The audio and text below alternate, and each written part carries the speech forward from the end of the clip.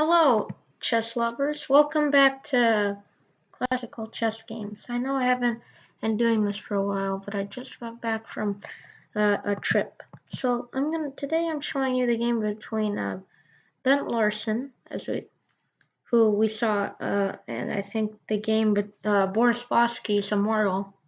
Larsen was the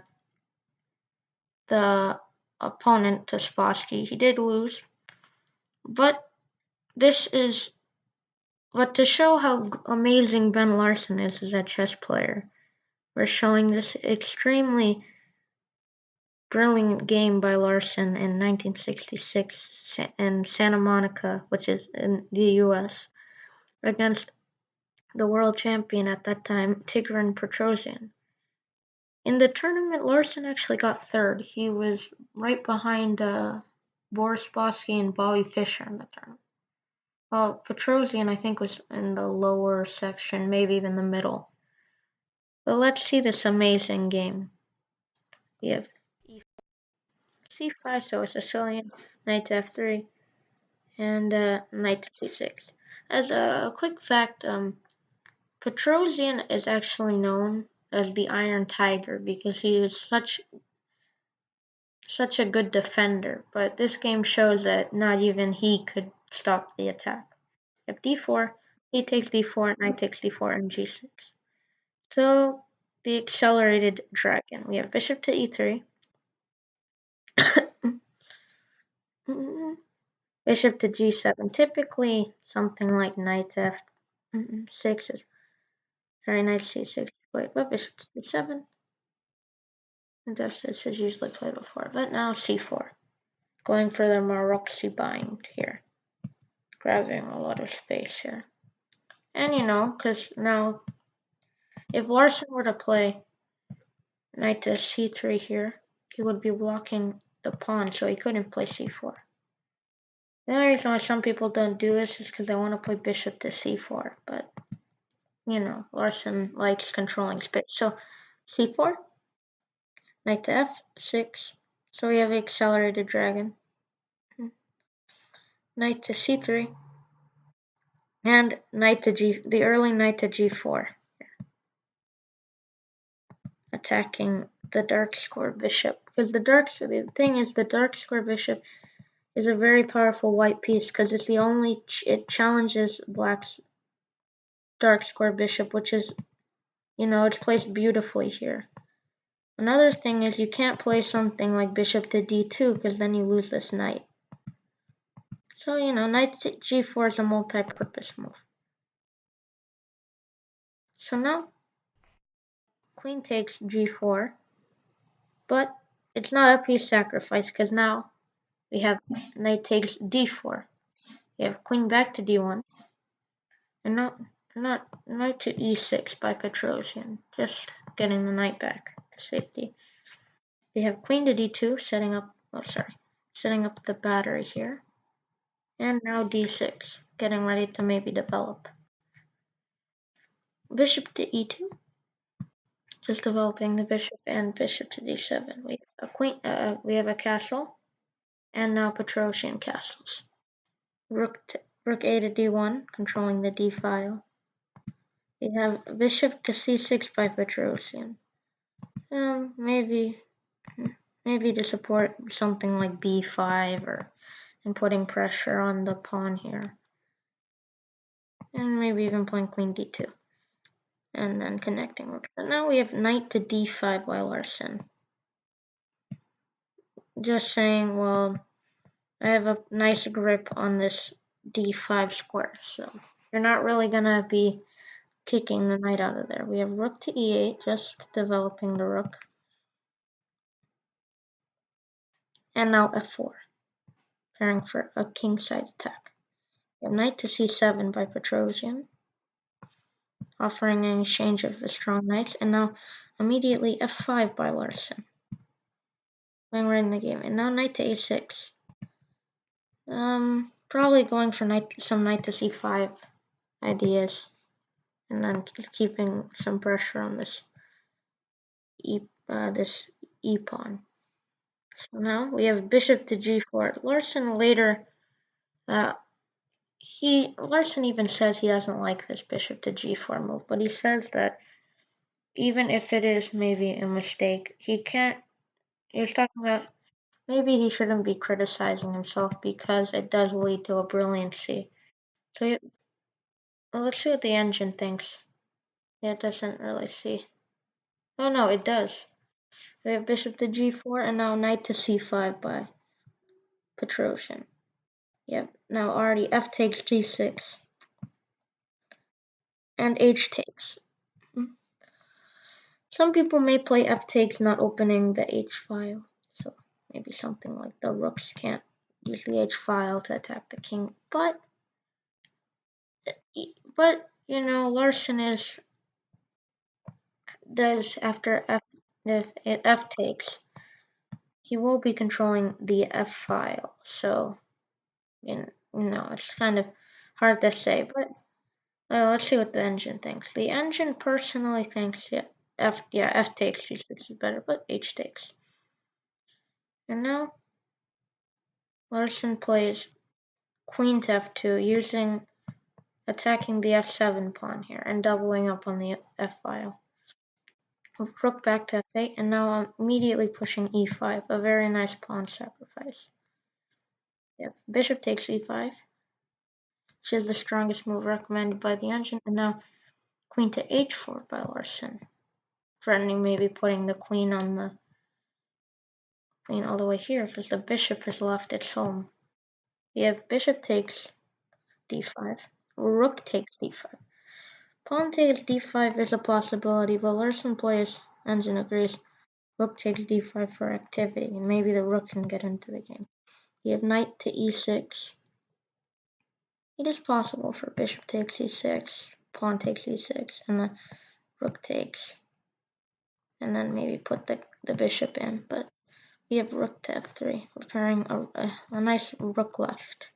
Rook left, maybe if he wants to. We have bishop to f6, attacking the queen, and now queen to h6. Really making it hard for the black king to breathe. We have bishop to g7, and now I want you to pause the video and find the move. Find the move that Larsen played here. Here Larsen plays the only move that gives white the advantage, which is queen captures on g6. Now this is amazing because if f takes g6, Trojan accepts the queen sacrifice. We all can see the combination. Bishop takes c6 check. The knight's now undefended, and the heart of the king is opened right up. We have king to h7, saying it's the best move. And now the brutal rook to h3 check. If you notice, Petrosian can't move the king. The only move is bishop to h6. And well, I think you can all see the finishing blow. Bishop takes h6. Not rook takes, bishop takes. See, this is not good for him. This rook to f5, I think it is the engine defense. This is the very best that you can do, but now you have bishop takes f5. It's okay if you're material. G takes f5. And now bishop to e3 check. The king goes to g6. This is g6, yes. This is all engine's best moves, but it's still completely losing. Rook to h6 check. See, this is very uncomfortable. And king to g7. But then again, it's extremely difficult to even find this for a human. Rook takes f5. See, like the king is really just stuck here. Not even the queen and rook can help. e5 is the best move recommended by the engine. And now, rook to h3. And the threat is check and then checkmate. King to g6. Rook to f2. This king is just stuck and on the g file. Queen to a5. No, attacking this pawn and threatening maybe, unfortunately, this could be an idea if white isn't careful. Rook to g3 check. Now the king is forced to go anywhere on the h file. King to a7. This one would be a mate in 3. And now rook to h3 check. King to g8. And now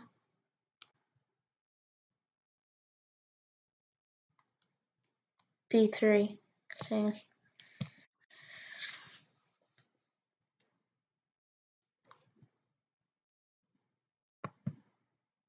d5. But then again, even if it looks like black is kind of holding this, you have to understand this is extremely difficult to find this. This is extremely precise engine play. Rook to f8. Offering an exchange of rooks. And now bishop to f6. Just saying no. Now threatening this check. Rook takes f6 is forced now. And if you notice, this is an endgame where this is completely winning for if d takes c4. You know, two rooks is superior to a queen, and especially in this position where black king can't do anything. D takes c4. And even if this check, even if here the rook can cover up, so queen c5 check. And now king to h1, and white is much better here. And if queen takes c4, rook to g3 check. Obviously, king to h7 is the only move that keeps black still in the game. And you know, there are a lot of things you could. It's just winning here. You can even double up on this file. So, going all the way back,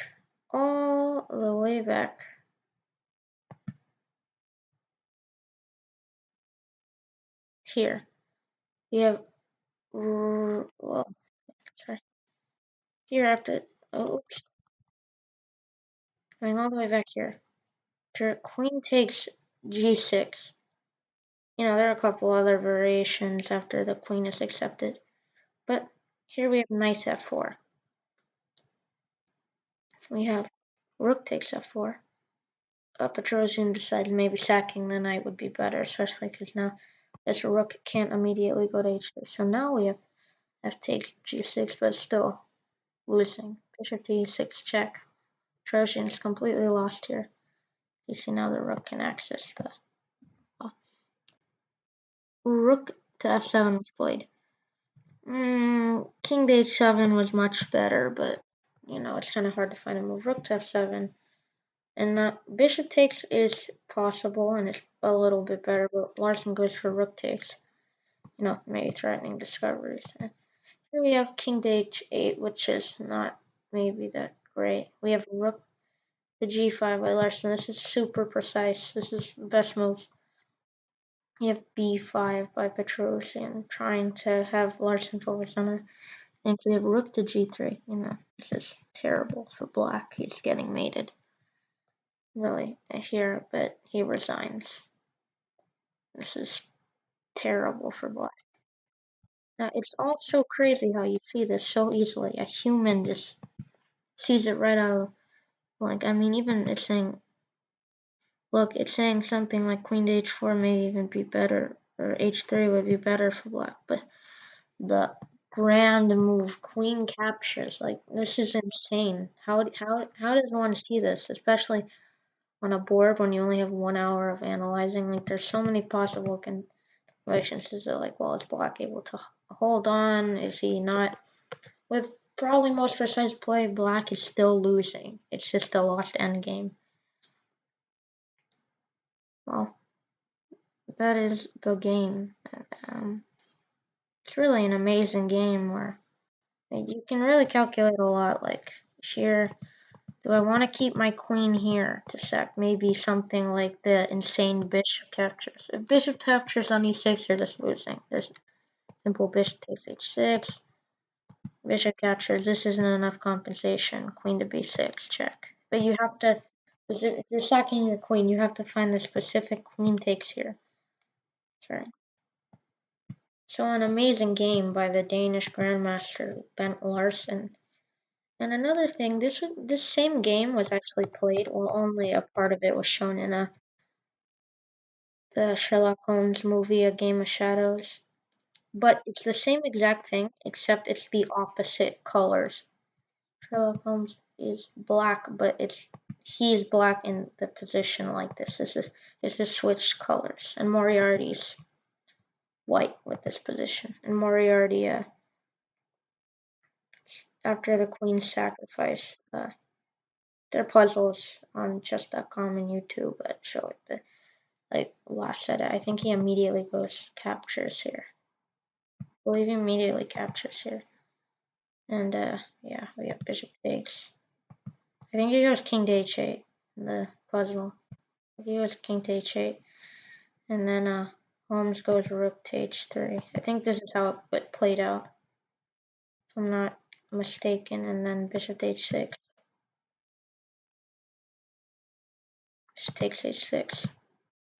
And I think Moriarty gave a couple of checks and then the game ended. So that was it was a phenomenal game played by Bent Larsen against the world champion, Tigran Petrosian. So in honor of Bent Larsen, let's give a shout out to Denmark. And I believe he's still alive, so maybe if you ever see him, just applaud him for his amazing game that was played. So thanks for watching, and see you guys next time.